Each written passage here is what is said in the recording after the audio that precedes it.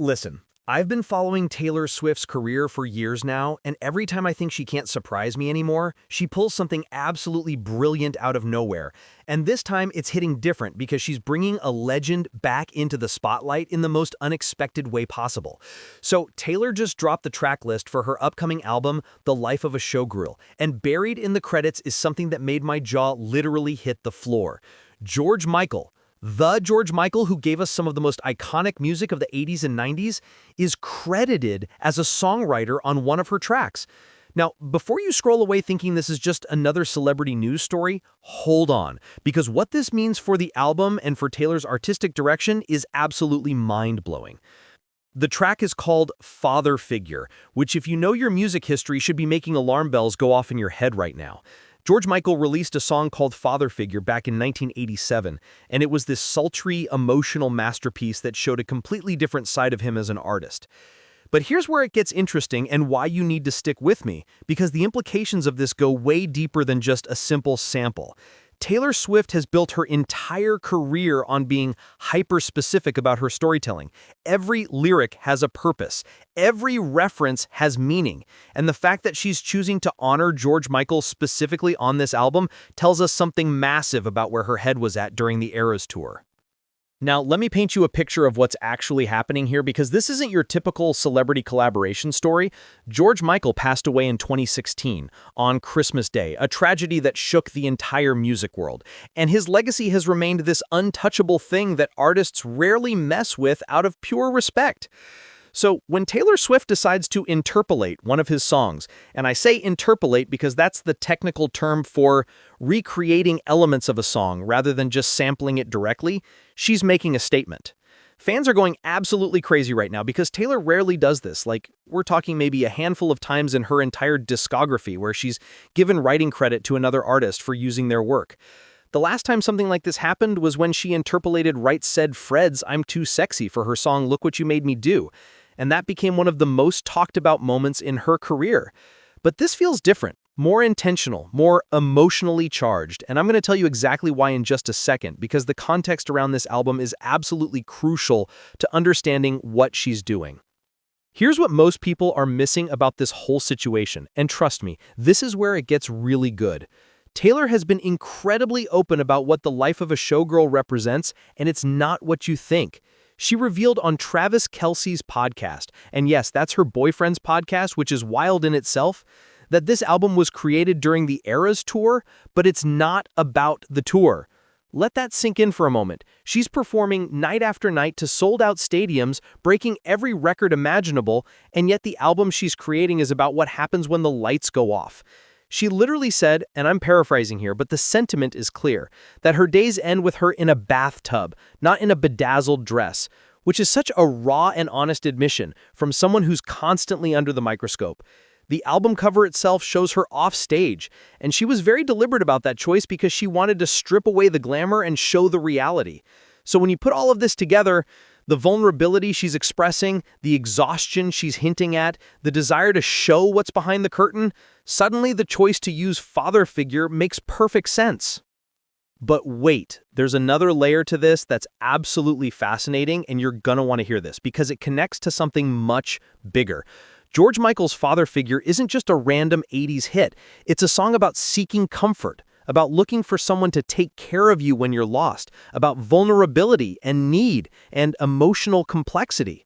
The lyrics of that original song, which I won't quote directly, but you can look them up yourself, deal with themes of dependency and desire for protection.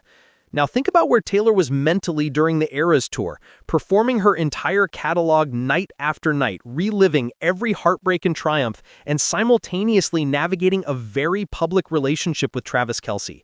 She's at this point in her career where she's achieved literally everything you can achieve in music, yet she's still human, still vulnerable, still needing that emotional support system. The fact that she's choosing to reference a song about seeking a father figure, someone to lean on, someone to provide stability, that's not accidental, folks. Taylor Swift doesn't do anything accidentally when it comes to her music. Now here's where the speculation gets really juicy and why music analysts are losing their minds over this. And interpolation means she's likely recreating the melody or the chord progression or some musical element from the original father figure, which was this incredibly atmospheric, synth-heavy track that was completely different from anything else on the radio at the time. George Michael produced it himself, and it had this haunting quality that made it stand out. So if Taylor is borrowing from that sonic palette, we might be looking at a completely different sound from her on this track. We've seen her experiment with different genres before. She went full indie folk with Folklore and Evermore.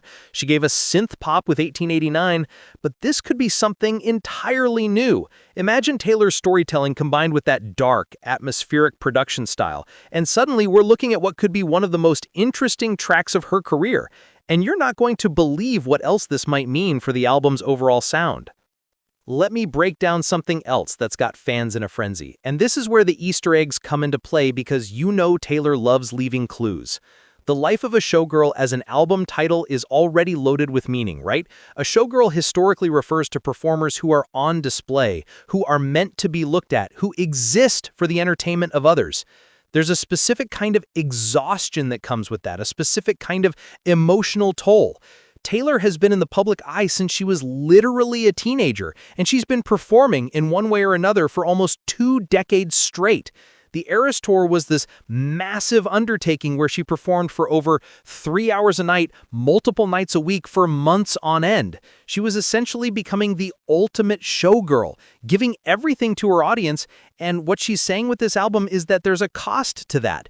There's a human being behind the performance who needs care, who needs support, who needs someone to be their father figure when everything becomes too much. But here's the twist that nobody's talking about yet, and this is going to blow your mind. George Michael himself struggled with fame, with being in the public eye, with the pressure of constantly performing. He famously tried to get out of his record contract in the 90s because he felt exploited by the industry. He dealt with personal struggles, with the media's intrusion into his private life, with the weight of expectations. In many ways, he was the perfect artist to suffer from the dark side of showgirl life decades before Taylor.